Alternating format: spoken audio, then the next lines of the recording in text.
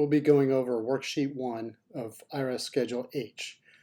This is the worksheet that helps calculate any tax credit you may have for late contributions to a state unemployment fund. So the first couple of figures will come directly from your Schedule H. Line 22 that goes into the top one represents the total cash wages subject to federal unemployment tax multiplied by 5.4%. So in this situation, let's pretend that's $5,000.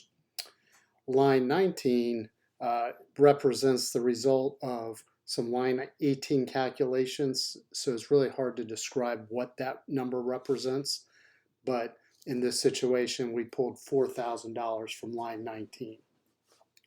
Now, if you subtract line 1 from, or line 2 from line 1, we'll do this in a couple of scenarios. So in this case, the line 19 number is smaller than line 22. So let's go with this.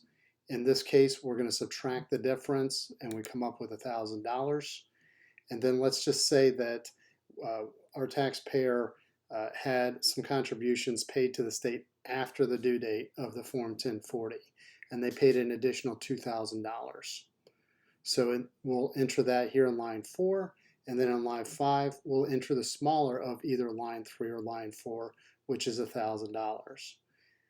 For line 6, we'll multiply that line 5 amount by 90%, and then we'll net that total with the item from line 2. That gives us $4,900. In line 8, we take the smaller of either line 1 or line 7, which happens to be the line 7 figure, $4,900. If you're in a credit reduction state, you'll have to complete Worksheet 2 for household employers in a credit reduction state.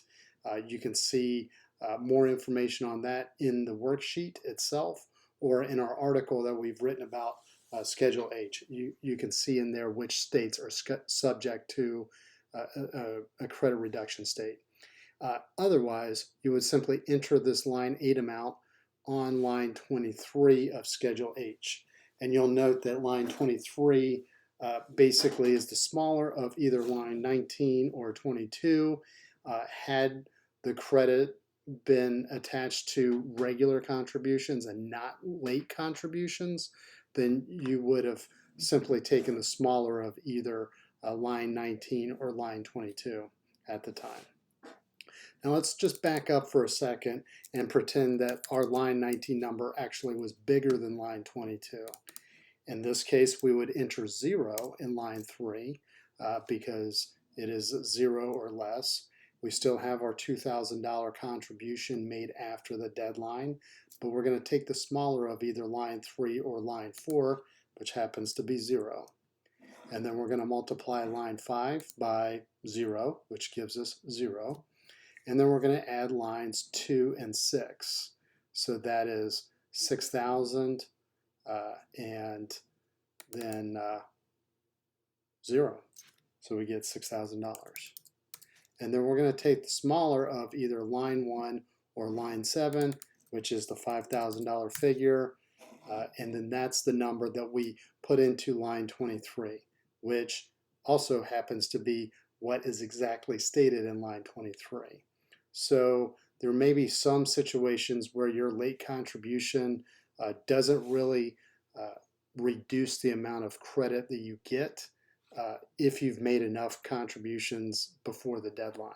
But hopefully walking through the scenario both with a negative number and with line 19 being smaller than line 22, you can kind of see how this calculation might change based on the timing of your payments throughout the year. So if you want more detail on Schedule H, please check out our article, which you'll see the link to in our show notes, or you can go to our website. Simply go to teachmepersonalfinance.com, type in Schedule H or IRS Schedule H in the search bar, and you'll see our article appear. And if you like our articles, please subscribe to our newsletter. If you like our YouTube videos, please subscribe to our YouTube channel. And as always, if you have any questions or comments, please post them in the show notes. And I'll send links to everything relevant to this discussion. I'll put them in the show notes as well. Thank you very much and have a great day.